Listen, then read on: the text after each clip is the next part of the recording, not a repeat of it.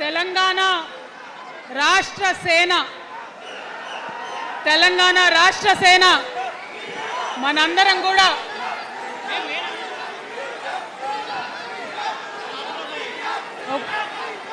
ఒక్కసారి సీఎం జై తెలంగాణ కూర్చోవాలి. ఒకసారి అందరు సైలెంట్ ఉండాలి. అందరికీ నమస్కారం.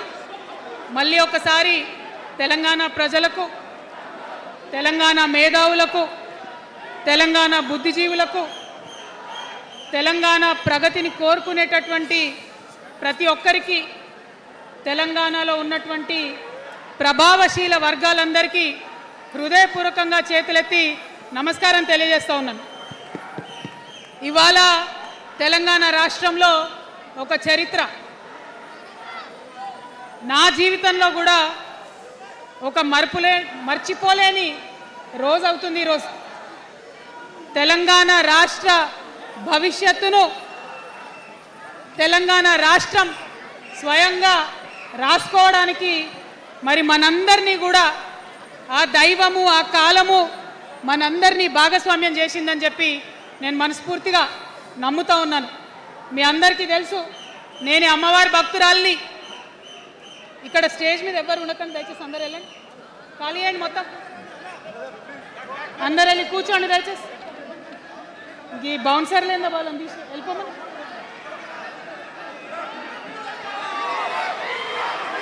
జై తెలంగాణ.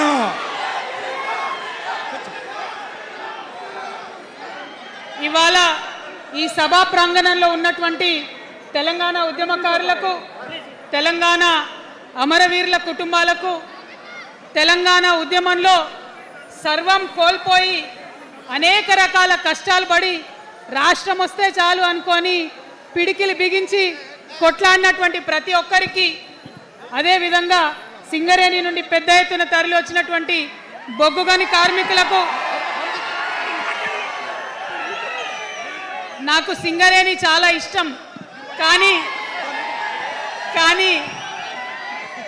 మీకంటే మా ఆడబిడ్డలంటే నాకు ఇంకా ఇష్టం. ఈ సభలో ఉన్నటువంటి మా ఆడబిడ్డలకు ప్రత్యేకంగా నమస్కారం తెలియజేస్తున్నా. అదేవిధంగా అనేక మంది మా జెన్జీ వారియర్స్ వచ్చిండ్రు, మా యూత్ వచ్చిండ్రు, అందరికీ కూడా పేరు పేరున నమస్కారం.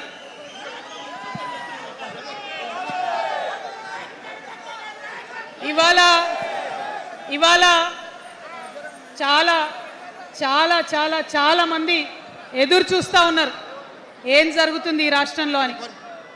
ఒక్క మాట మాత్రం నేను నా తెలంగాణ ప్రజలకు చెప్పగలుగుతా. గత 20 ఏళ్లుగా తెలంగాణ ఉద్యమంలో నేను పోషించినటువంటి పాత్ర, తెలంగాణ జాగృతి పోషించినటువంటి పాత్ర మీ అందరికీ తెలిసిందే. తెలంగాణ ఉద్యమంలో ఆడబిడ్డలందరినీ కూడా భాగస్వామ్యం చేయాలని చెప్పి తెలంగాణ జాగృతి నుండి బతుకమ్మను ఎత్తుకొని ఊరు వాడ తిరిగి మా జాగృతి కార్యకర్తలు తెలంగాణ సాంస్కృతిక దీపాన్ని పదిలంగా దాచిపెట్టుకున్నారు. మరి వారు దాచినటువంటి ఆ దీపం ఆనాడు చాలా చీకటిలో, కాలరాత్రిలో కూడా ఒక కాగడాలాగా తెలంగాణ ఉద్యమకారులకు వెలుగునిచ్చింది. మా సింగరేణి గని కార్మికుల చేతిలో కందిలైంది. మొత్తం తెలంగాణ సమాజానికి కూడా ఒక కాంతి రేఖ అయింది.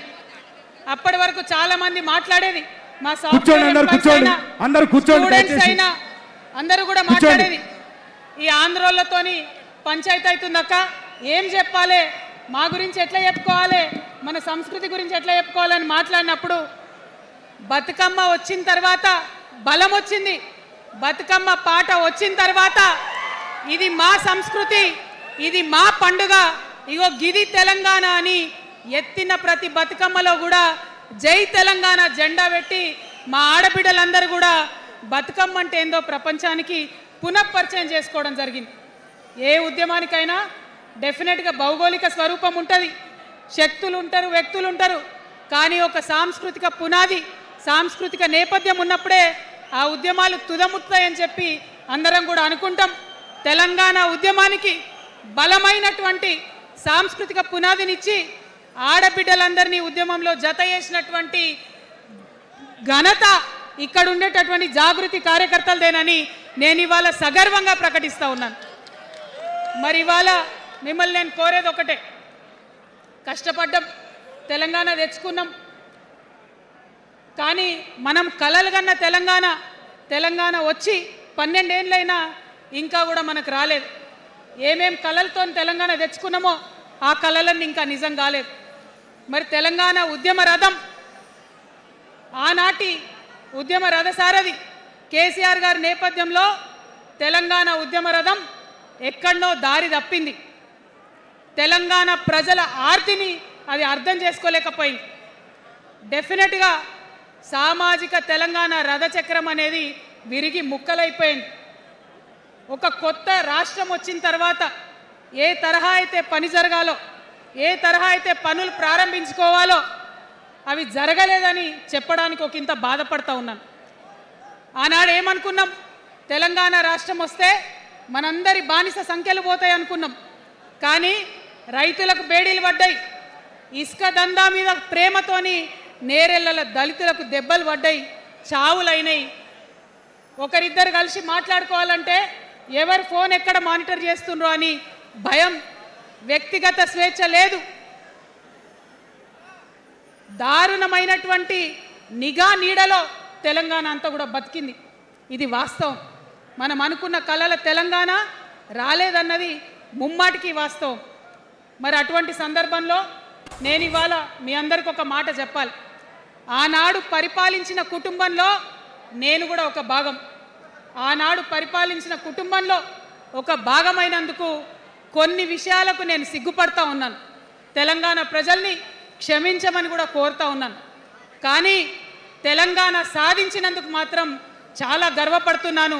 నా జన్మ ధన్యమైందని చెప్పి భావిస్తూ ఉన్నాను. మరి అనేకమైనటువంటి తప్పులు జరిగినాయి, అనేకమైనటువంటి నేరాలు జరిగినాయి. అనుకున్నటువంటి తెలంగాణ సాధించుకోలేదు. మరి ఆ తప్పులో ఎక్కడో ఒక దగ్గర నాకు భాగం ఉందని చెప్తున్నప్పుడు మరి కేవలం క్షమాపణ చెప్తే సరిపోతుందా? ఏ తెలంగాణ అయితే కావాలనుకున్నామో, ఏ సామాజిక న్యాయ తెలంగాణ అయితే రావాలని అనుకుంటున్నామో దానికోసం నడుం బిగించి కష్టపడి పని చేయాల్సిన అవసరం కూడా ఉంది. మరి ఇవాళ పని చేయడం కోసమే తెలంగాణ రాష్ట్ర సేన ఇవాళ తెలంగాణ ప్రజల ముందుకు వచ్చింది.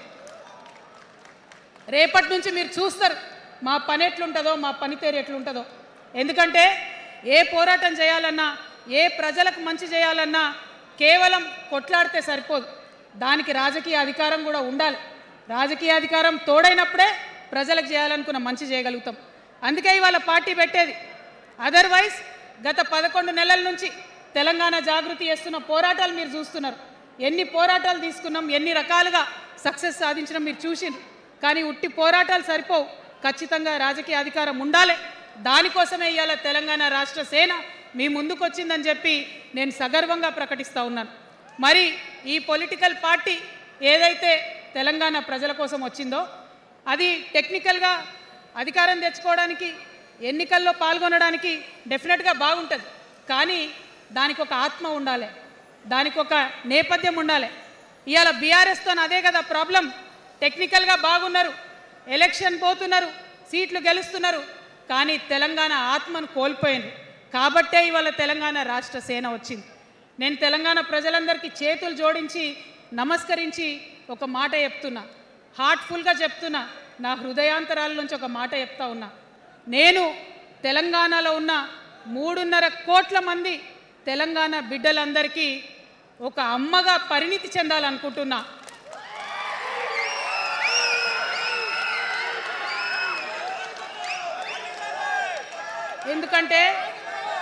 ఎందుకంటే ఒక అమ్మతనంతో పరిపాలన జరిగినప్పుడే బిడ్డలకి ఏదైనా కష్టం వస్తే అమ్మ హృదయం బద్దలవుతుంది. అటువంటి దుఃఖంతో పరిపాలన జరిగినప్పుడే, అటువంటి సంవేదనతో పరిపాలన జరిగినప్పుడే, అటువంటి ఆర్తితో పరిపాలన జరిగినప్పుడే రాష్ట్రం ముందుకు పోతుంది, రాష్ట్రంలో ఉన్న ప్రజల కష్టాలు తీరుతాయి. ఇవాళ ఎన్నిసార్లు ఎన్ని రకాలుగా ఆలోచన చేసినా మన తెలంగాణ రాష్ట్రంలో అనేక రోజుల నుంచి అనేక సంవత్సరాల నుంచి ఒక భూస్వామ్య వ్యవస్థ నడిచింది మనకు తెలుసు. అనేక రకాల పోరాటాలు వచ్చినాయి, సమానత్వం కోసం ప్రయత్నం చేసినాం, పోరాడుతూనే ఉన్నాం. అది రైతాంగ సాయుధ పోరాటం కావచ్చు, ముల్కీ ఉద్యమం 1952 కావచ్చు, 1969లో తెలంగాణ ఉద్యమం కావచ్చు, తర్వాత వచ్చినటువంటి నక్సలైట్ ఉద్యమం కావచ్చు, అనేక సామాజిక ఉద్యమాలు, ఎందరో మంది మహానుభావులు ప్రొఫెసర్ జయశంకర్ గారి దగ్గర నుంచి మొదలు పెడితే చాక లైలమ్మ గారు, దొడ్డి కొమరయ్య గారు, ఆరుట్ల కమలాదేవి గారు, రావి నారాయణ రెడ్డి గారు, సురవరం ప్రతాప్ రెడ్డి గారు, దాశరథి గారు, కాళోజీ గారు, నక్సలైట్ ఉద్యమంలో గద్దరన్న గారు, గణపతి గారు, మారోజు వీరన్న గారు, సాంబశివుడు గారు, ఇట్లా అనేక మంది పోరాటం చేస్తే అంతో ఇంతో సమానత్వం ఇప్పుడు వచ్చింది. మలిదశ తెలంగాణ ఉద్యమంలో కేసీఆర్ గారు, అట్లానే ప్రాణాలు ఇచ్చినటువంటి ఇషాన్ రెడ్డి గారు, యాదయ్య కావచ్చు, సువర్ణ కావచ్చు, అనేక మంది కొట్లాడితేనే ఇవాళ తెలంగాణ రాష్ట్రం వచ్చింది. వీరికన్నా ముందు మరి మీ అందరికీ తెలుసు, సమ్మక్క సారలమ్మ దగ్గర నుంచి మన దగ్గర సామాజిక ఉద్యమాలు నడిచినాయి. కొమరం భీం కావచ్చు, సమ్మక్క సారయ్య కావచ్చు, సారలమ్మ కావచ్చు, షోయబుల్లా ఖాన్ కావచ్చు, మగ్దూమ్ మొయ్యుద్దీన్ కావచ్చు, ఇట్లా అనేక మంది కొట్లాడితే కొంచెం సమానత్వం వచ్చింది. కొండా లక్ష్మణ్ బాపూజీ గారిని తెలుసుకోవాలి, పండుగ సాయన్నని తెలుసుకోవాలి, సర్వాయి సర్దార్ పాపన్న గౌడ్ని తెలుసుకోవాలి. ఇట్లా అనేక మంది కొట్లాడి, పంతు నాయక్ గారు ఉన్నారు, మరి ఇట్లా ఆదివాసీ వీరులు అనేక మంది ఉన్నారు, బియ్యాల జనార్దన్ రావు ఉన్నారు, ఆదివాసీల కోసం కొట్లాడినటువంటి బిడ్డ. వీరందరినీ కూడా వారి స్ఫూర్తిని తీసుకుంటాం. రాజ్యాంగబద్ధంగా రాజకీయ శక్తితోని పోరాటాలు మిళితం చేసి, ప్రజా పోరాటాలు మిళితం చేసి మనం కలలుగానేటటువంటి సామాజిక న్యాయ తెలంగాణను సాధిస్తామని మళ్ళొకసారి సగర్వంగా ప్రకటన చేస్తూ ఉన్నాం. మరి వాళ్ళ తెలంగాణ రాష్ట్ర సేన మీ ముందుకొచ్చిందంటే ఉట్టిగానే రాలే. తెలంగాణలో ఏం జరుగుతుందో ఒకసారి తెలుసుకోవాలి, మనం ఆలోచన చేసుకోవాలి, అర్థం చేసుకోవాలి. ఎన్ని పార్టీలు ఉన్నాయి? 3 పార్టీలు ఉన్నాయి. భారతీయ జనతా పార్టీని తీసుకుందాం. ఆ బీజేపీ అనే పార్టీకి అసలు తెలంగాణ ఏర్పాటే ఇష్టం లేదు, తెలంగాణ ఏర్పాటు అవడమే ఇష్టం లేదు. అందుకే వాళ్ళ అగ్రనాయకత్వం అంతా కూడా ఏం మాట్లాడతారు? తల్లిని చంపినరు, పిల్లని బతికించరు అని ఒకలంటారు, ఇంకొకరు ఏమంటారు? నిన్ననే ఒక తలకాయ లేని ఎంపీ, మెడకాయ మీద తలకాయనే లేదు ఆయనకు, ఏమన్నాడు ఆ ఎంపీ? ఇండియా పాకిస్తాన్ విడదీసినట్టట, ఆంధ్ర తెలంగాణను విడదీసిరట. మరి వాళ్ళ అగ్రనాయకత్వం ఇన్ని మాటలు అంటుంటే మన ప్రాంతంలో ఉన్నటువంటి భారతీయ జనతా పార్టీ బానిస ఎంపీలు ఎవరైతే ఉన్నారో ఒక్క మాట కూడా వాళ్ళు మాట్లాడరు. ఫెడరల్ స్ఫూర్తికి విరుద్ధంగా రాష్ట్రం ఏర్పాటు అయిన తర్వాత 7 మండలాలు మనకి గుంజుకుంటే పార్లమెంట్లో పల్లీకులు ఇస్తారు, కానీ ఆ ఎంపీలు ఒక్క మాట కూడా మాట్లాడరు. మనకు 8 రూపాయలు ఇవ్వకపోతే ఆ ఎంపీలు ఒక్క మాట మాట్లాడరు. విభజన హామీలు ఇవ్వకపోతే ఆ బీజేపీ బానిస ఎంపీలు ఒక్క మాట కూడా మాట్లాడరు. అంతేకాకుండా సామాజిక న్యాయం అనేటటువంటి ఒక కాన్సెప్ట్కే బద్ద వ్యతిరేకి భారతీయ జనతా పార్టీ. అందుకే ఏం చేస్తున్నారు? మహిళా బిల్ అయితే మోసం, 2 సార్లు పాస్ చేసిర్రు, దాన్ని మొత్తానికే పక్కన పెట్టేసిండ్రు.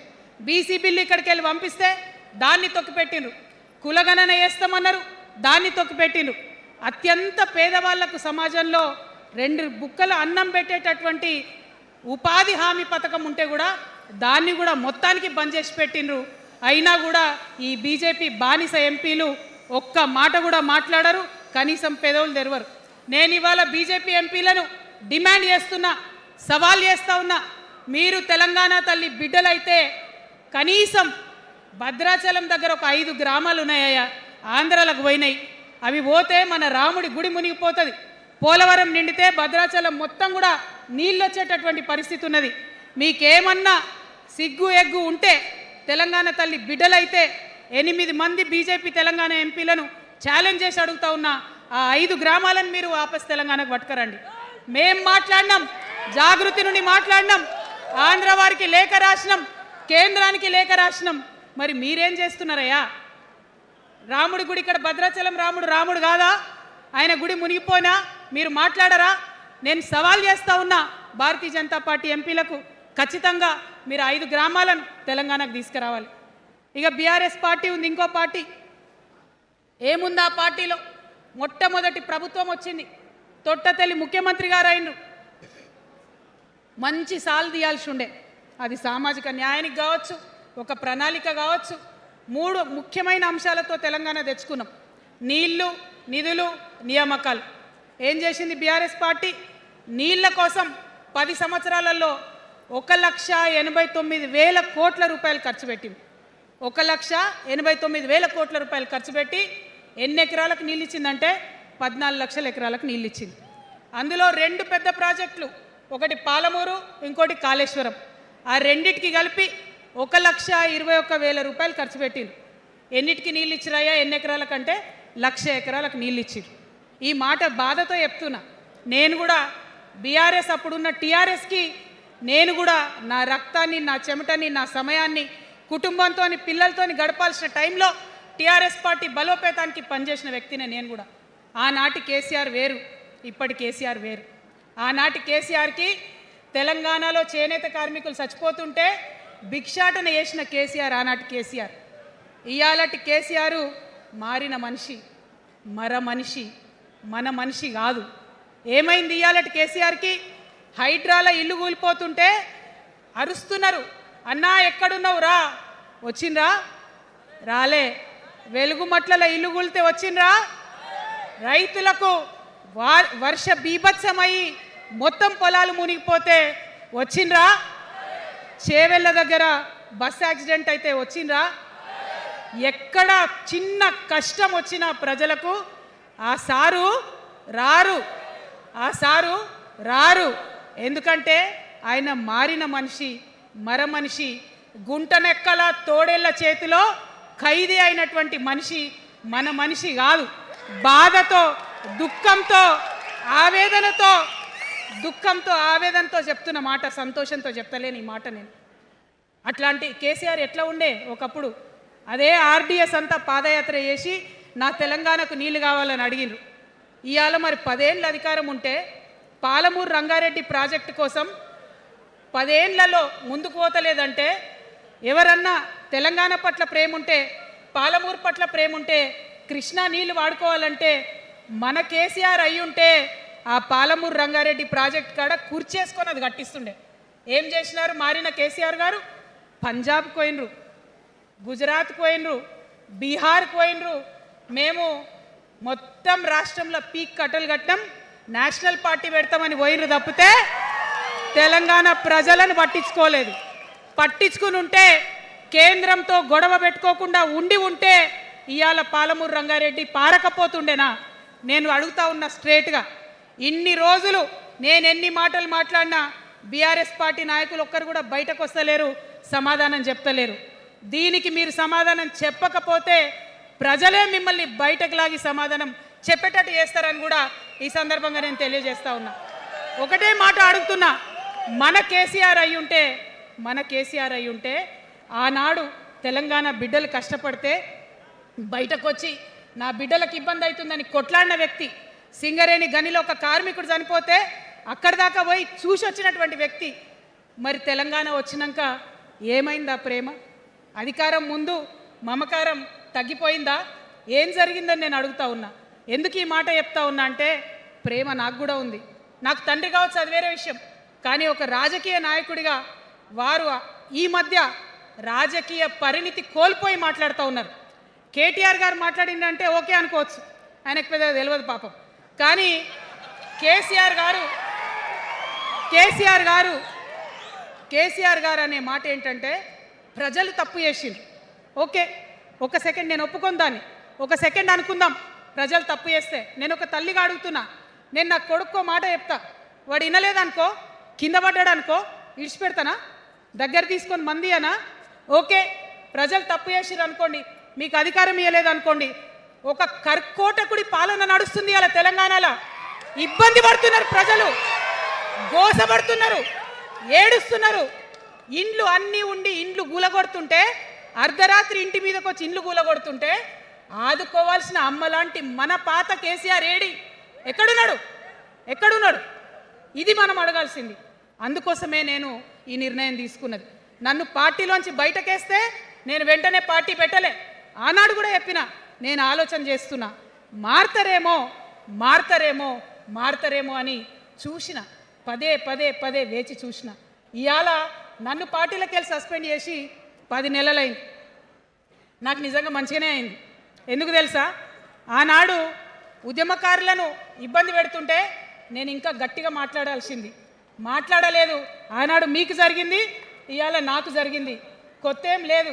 కేసీఆర్ కోసం టీఆర్ఎస్ పార్టీ కోసం ఆనాడు తెలంగాణ ఉద్యమం కోసం ఇండ్లు అమ్ముకొని భూములు అమ్ముకొని ప్రతి ఊర్లో టీఆర్ఎస్ కండువా వేసుకొని పోరాటం చేసినటువంటి కార్యకర్తలు ఎక్కడున్నారు ఇవాళ? ఒక్క గుళ్ళ మెంబర్ ఇయర్ రాలేదా? ఒక్క గుడి చైర్మన్ ఇయర్ రాలేదా? తెలంగాణను వ్యతిరేకించి ఉద్యమాన్ని తొక్కిపట్టి మన మీద లాఠీలు పెట్టి కొట్టినటువంటి వాళ్ళకి తీసుకొచ్చి ఎమ్మెల్యే సీట్లు ఇచ్చి వాళ్ళ అనుచరులు వచ్చి మిడతల దండలాగా మన కార్యకర్తల మీద పడితే తల్లి కోడి కాపాడుకున్నట్టు పిల్లల్ని కాపాడుకోవాల్సిన మన కేసీఆర్ ఏడబోయింది. వచ్చిందా ఎవరికన్నా పదవులు? ప్రతి సంవత్సరం రాష్ట్రం మొత్తంలో పోస్టులు నింపితే 6,000 పైచీలకు నామినేటెడ్ పోస్టులు వస్తాయి తెలుసా?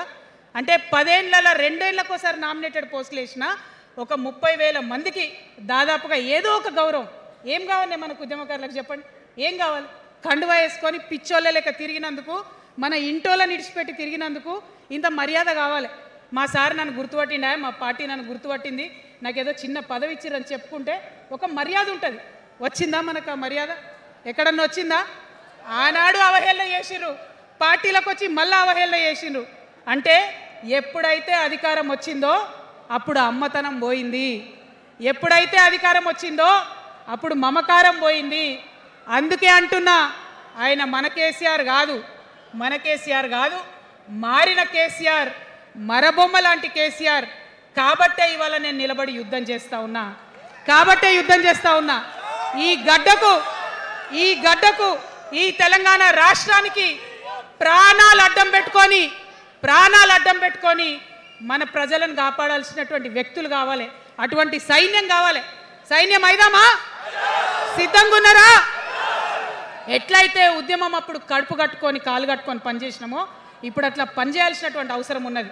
ఇవాళ ఒక్క పాలమూరు రంగారెడ్డి కాదు, కాళేశ్వరంలో జరిగినటువంటి అవినీతి ఒక మాట ఆలోచించాలి. మన కేసీఆర్ అయితే ఏమన్నాడు అప్పుడు ఉద్యమంలో? నా బిడ్డ కానీ నా కొడుకు కానీ తప్పు చేస్తే తీసి పారేస్తా పార్టీలోకి వెళ్ళన్నారు. ఇవాళ నేనేం చేసిందే మీకు తెలియదా? నేనేం చేసిన?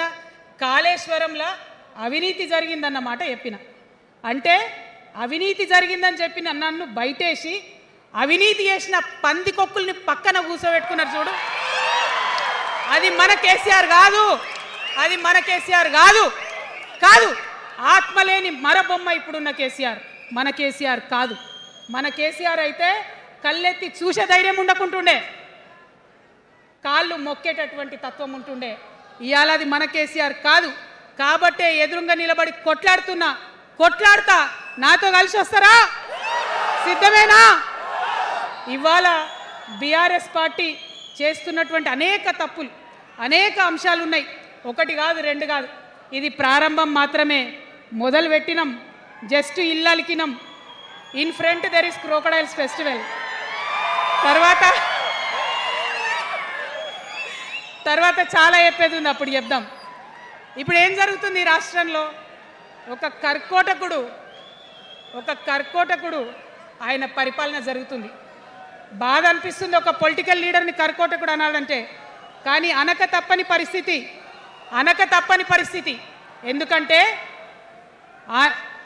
ఎందుకంటే మొన్న ఖమ్మంలో వెలుగుమట్లలో అన్ని పర్మిషన్స్ ఉన్నాయి, అన్ని కాయిదాలు ఉన్నాయి.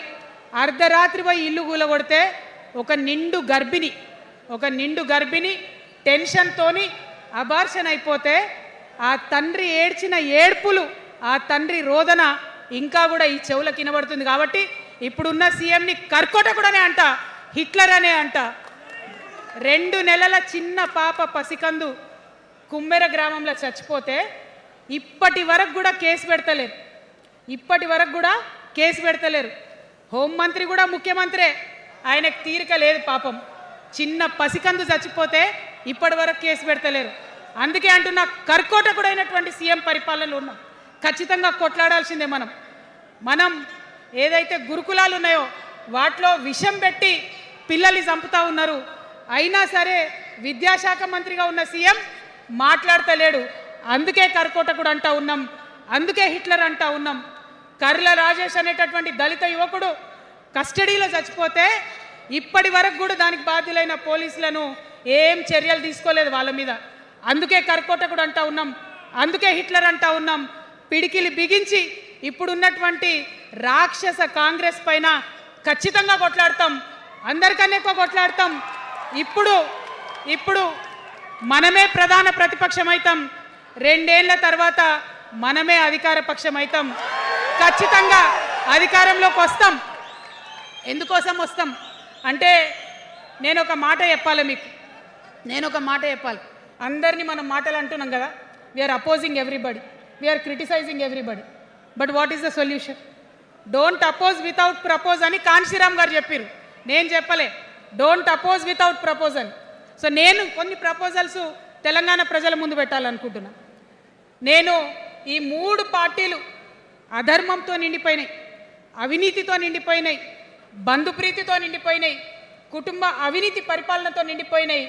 కాబట్టి నేను ఒక ప్రపోజల్ చెప్తున్నా. ఈ 3 పార్టీల మీద ఆనాడు భగవంతుడు శ్రీకృష్ణుడు చెప్పినట్టు పాంచజన్యం, ఆయన శంఖం పేరు, యుద్ధంకి ముందు పాంచజన్యం ఎట్లయితే పూరిస్తారో మనం కూడా పాంచజన్యం పూరిద్దాం. ఒక 5 అంశాలను ప్రధానంగా తీసుకుందాం. ఆ 5 అంశాల కోసం ఇప్పుడు కొట్లాడదాం, రేపు ప్రభుత్వంలోకి వచ్చిన తర్వాత మన ప్రజలకు ఇద్దాం. ఏం అంశాలు అవి? మొట్టమొదటిది విద్య. ఇవాళ గవర్నమెంట్ స్కూల్స్ అంటే ఆనాడు కేసీఆర్ గారు స్కూల్ బంద్ చేసుకుంటూ వచ్చారు, అదే రేవంత్ రెడ్డి గారు కొనసాగిస్తున్నారు. ఎక్కడా కూడా ప్రభుత్వ పాఠశాలలలో వసతులు లేవు. వాష్రూమ్ ఉండదు, వాచ్మెన్ ఉండడు, అటెండర్ ఉండడు, పిల్లలే పోయి బెల్లు కొట్టుకోవాలి, పిల్లలే పోయి బాత్రూమ్లు కడుక్కోవాలి, మంచినీళ్ళు ఉండవు, భయంకరమైన పరిస్థితి ఉంది. నేనేమంటా అంటే గుడిని ఎంత పవిత్రంగా చూస్తామో బడిని కూడా అంతే పవిత్రంగా చూడాలి. గుడిని ఎంత పవిత్రంగా చూస్తామో బడిని అంత పవిత్రంగా చూడాలి. కాబట్టి నేను ఒక మాట అంటున్నా, ప్రతి ఊర్లో ఒక బడి ఉండాలి, ప్రతి తరగతికి ఒక టీచర్ ఉండాలి. ప్రతి ఊర్లో ఒక బడి ఉండాలి, ప్రతి తరగతిలో ఒక టీచర్ ఉండాలి. ఖచ్చితంగా అట్లా జరిగినట్టయితే ప్రభుత్వ పాఠశాలలు మంచిగా అవుతాయి. మరి నా పేద మధ్యతరగతి ఆడబిడ్డలు, మా అక్కలు అమ్మలు అనుకుంటున్నారు, అక్క మరి ఆల్రెడీ మా పిల్లలు ప్రైవేట్ స్కూళ్ళలో చదువుతున్నారు, వాళ్ళ సంగతి ఏందని. నేను మాట ఇస్తా ఉన్నా, ఇవాళ మన ప్రభుత్వం వస్తుంది, ఖచ్చితంగా వస్తుంది.